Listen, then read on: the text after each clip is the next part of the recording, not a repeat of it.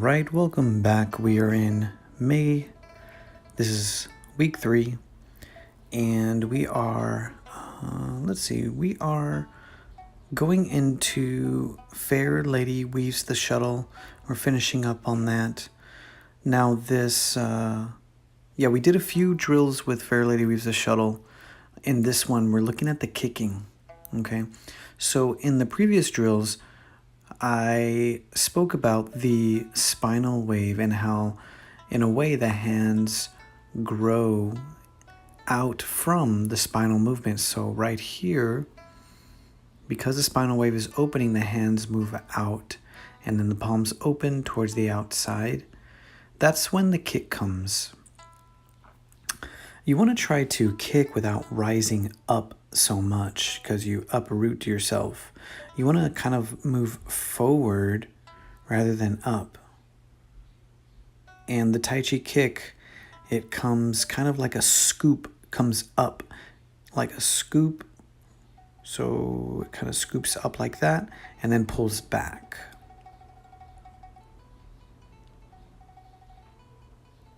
And I'm going to show a couple of ways to apply the kick here, specifically with this hand posture. So I changed it just there. And what I'm going to do is actually pull down and kick at the same time, which is different from what I was doing, leaving the hands out and then kicking. So I'm going to pull down and kick here as well, and that's going to lead me back into the center. Hands coil in, fingers out, and switch. Very soft and relaxed. This is inhale, exhale, and continue to exhale. Add the kick, pull down, inhale, switch, and exhale, kick. Fair Lady Weaves the Shuttle. Notice the leg switching and the foot rotation. We'll look at that as we switch to the opposite side. So watch the toe, and then hands and kick. So step back, toe, and back to center. Toe left side, spinal wave, hands relaxing the shoulders, and freeze for a photo. Now we're moving on to grasp the sparrow's tail left. And we've gone over this before. We've repeated this many times. What I want to share with you today is getting the extra twist. The extra twist is what's going to allow for the application of the takedown movement. So you can see how the torso really twists. You can actually see that in the shirt. Now, what I talk about in the description is using the shoulder, in this case left shoulder, as a lever. In this case, the right shoulder. So the right shoulder, I'm actually putting my mind there and using it as a lever. You can see it pushes to the side. It pushes to the left of me, camera right. It pushes to the left, and then it pushes the opposite shoulder. So in this case, as we switch, left shoulder lever pushes the right shoulder back. Left shoulder lever pushes the right shoulder back. So you can see that now that's connecting the chest bow, and we're actually stretching the shoulder girdle.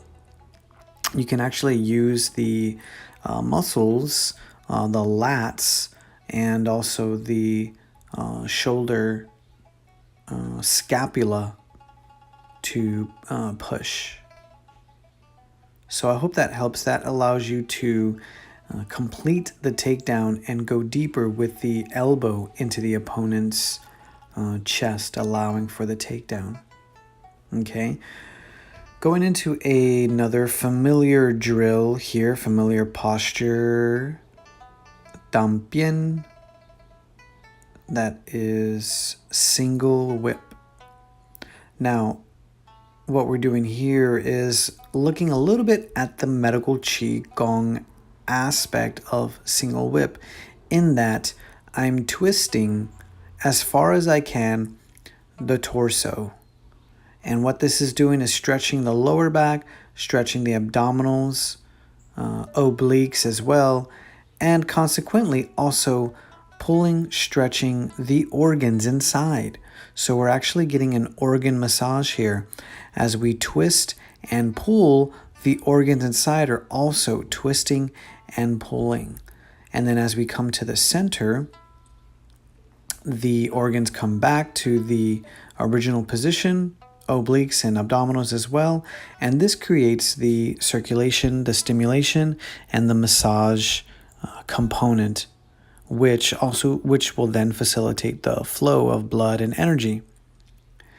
Then what I want to say is, now what we're using are the hands. At the very end, the hands are pulling around, and we're using the hands as levers to twist. So you can only twist so far, rotate so far with the abdominals and with the lower back.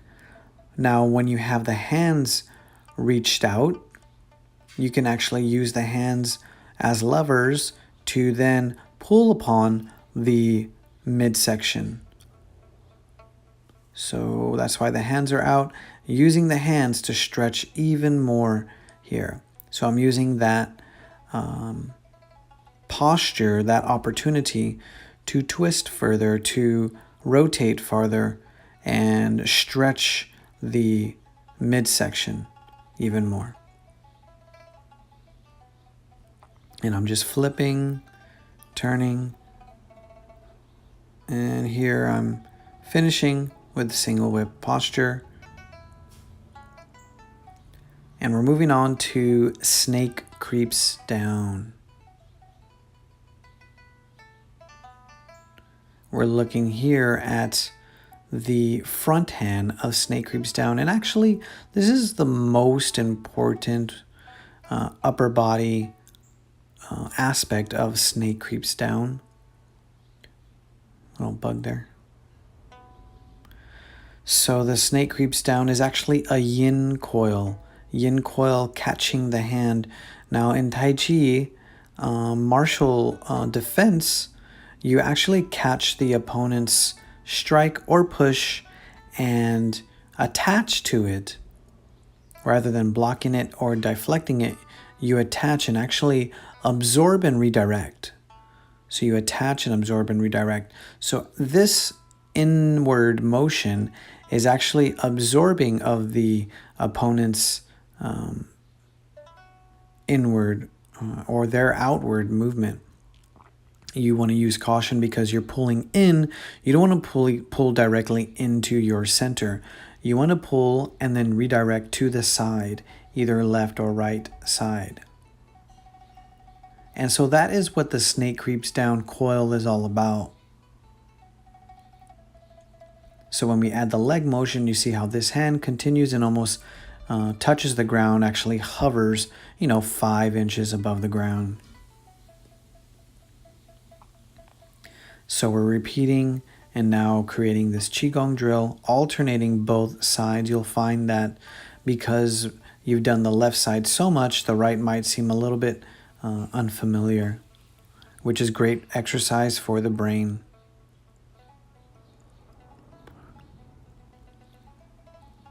So the abdomen is driving, the hips are driving the motion. The fingers are leading the path of the motion of the coil.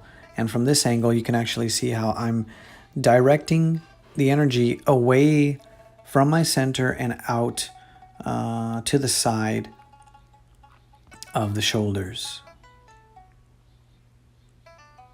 And here I'm going to the right, but I can also catch and redirect and go to the same side. So I can go to the opposite side of the hand, or I can catch and redirect and go to the same side of the hand. That's a little bit more complicated.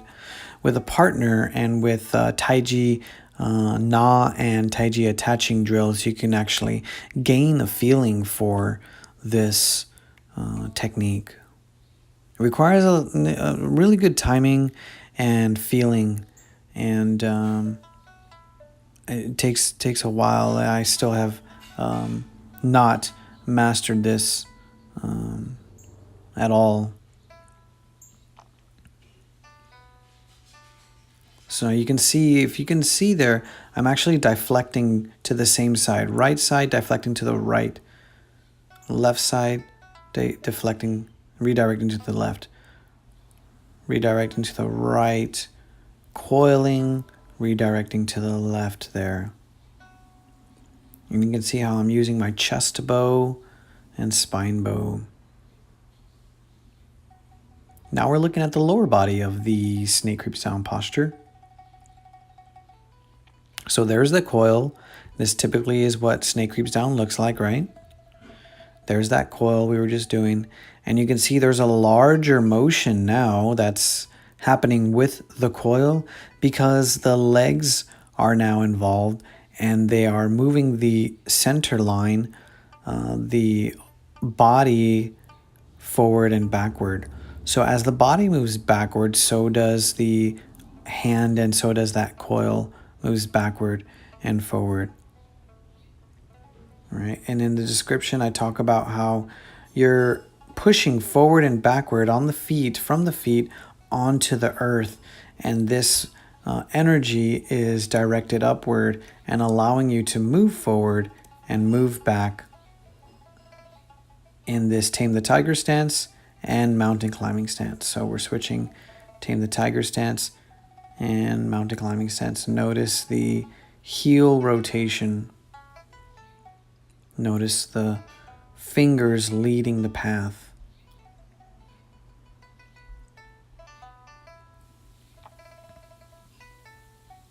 Get another angle here.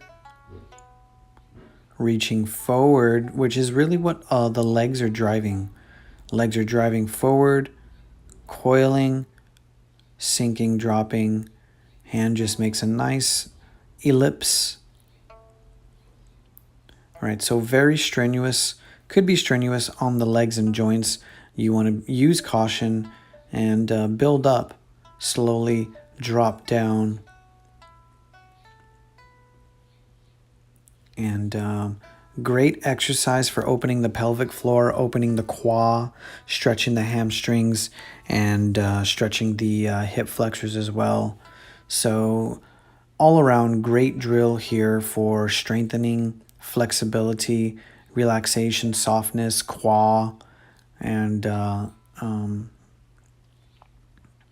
even that coil, the defense.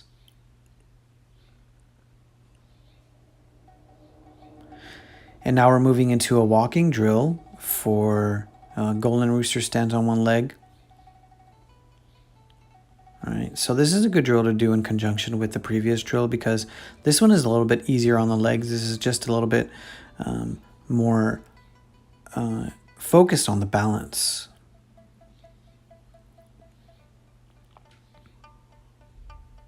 So you want to get an idea of the weight transition. You're pulling, inhaling, kicking, exhaling. Pulling to the center, inhaling, kick, exhale. Post, inhale, kick, exhale. Post, inhale, kick, exhale. And so the the hand that's floating out to the side, that's your balance feeler. As the hand is blocking, so this hand's blocking and then kicking. And this is actually in the Tai Chi Qigong DVD and book. Blocking, kicking, block and kick, block and kick.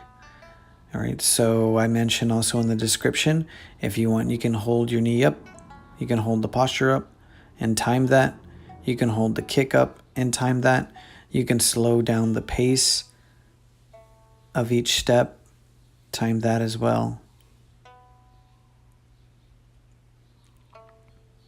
And you see a lot of people who raise the leg really high, they hold it. And it's not really something that we train. So the palm is facing towards you when the fingers are coming up, and then the palm turns to the side. Palm faces towards you, and then palm turns to the side, and then kick.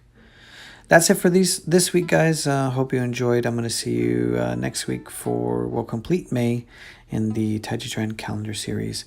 Take care and be well.